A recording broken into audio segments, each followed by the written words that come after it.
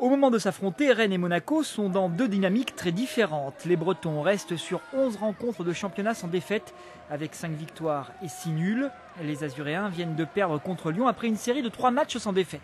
Monaco, en cas de victoire, peut recoller à la première partie du classement.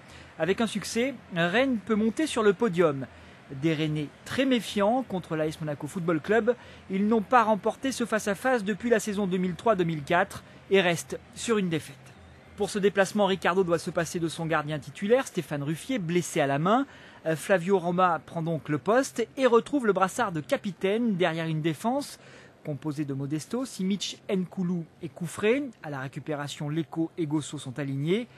Park, Meriem, Molo sont positionnés juste derrière Nimani, attaquant de pointe. Les Rennais se créent la première situation intéressante sur ce ballon en profondeur pour Briand. Roma intervient parfaitement. C'était la 6e minute et le début d'une période de domination rennaise. On les retrouve 4 minutes plus tard, les Rennais avec Briand toujours. La talonnade pour Sceaux, la conduite de balle, la frappe du gauche, Roma qui repousse. Kembo est en embuscade, il est contré par Nkoulou.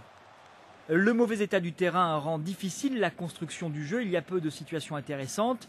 Les joueurs tentent leur chance de loin. Rod Fanny du droit à la 32e minute, mais Roma plonge pour écarter le danger. Le corner consécutif est dangereux avec cette tête de Mbia et la pluie qui commence à tomber, qui rend de plus en plus délicates les évolutions des joueurs sur le terrain. Mais les Rennais insistent toujours avec cette fois cette frappe de Lemoine à la 33e minute.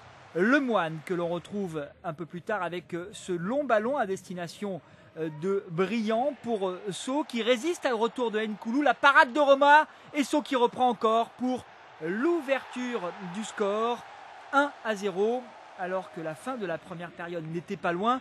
Monaco qui encaisse ce but en effet à la 43e minute. Sceaux qui bénéficie sur cette occasion, sur cette action d'un contre favorable avant de battre Flavio Roma. Le ballon au passage dévié par Nkoulou dans le but. Nkoulou donc qui lobe Flavio Roma. 1-0 en faveur des Rennais, c'est le score à la pause. Et dès la reprise, les Bretons semblent vouloir enfoncer le clou. Ils reprennent le jeu à leur compte et sollicitent Roma, comme sur cette frappe de Kembo à la 52e minute. 2 minutes plus tard, Nicolas Douchez est à la relance pour les Rennais. Un long dégagement et Briand qui s'empare du ballon. Et il ajuste Roma 2-0 à la 54e minute. Jimmy Briand, 5 buts en 12 matchs cette saison. Jimmy Briand qui prend le meilleur sur Nkoulou.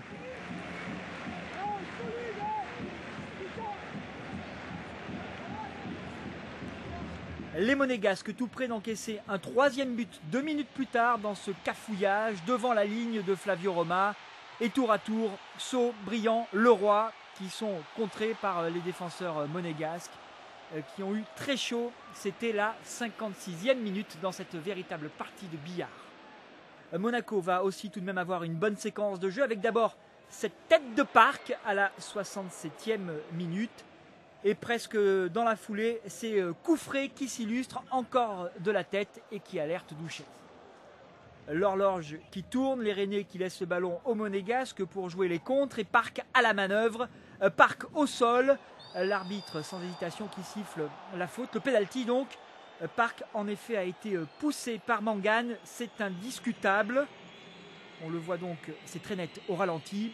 Et Leandro Koufré, le spécialiste du pénalty, qui va frapper ce ballon.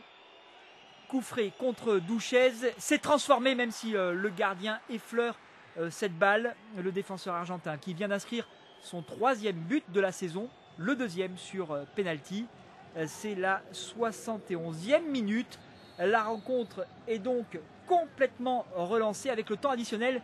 Il reste environ une vingtaine de minutes aux joueurs du président de Bontin pour tenter de revenir au score, mais en dépit de la pression réelle que mettent les Monégasques, ils ne trouvent pas le moyen de déstabiliser les Rennais, même sur cette frappe d'Adou après un corner. Et les Bretons qui obtiennent donc une victoire et sont désormais à 12 rencontres sans défaite en championnat. Monaco qui reste sur 2 revers successifs.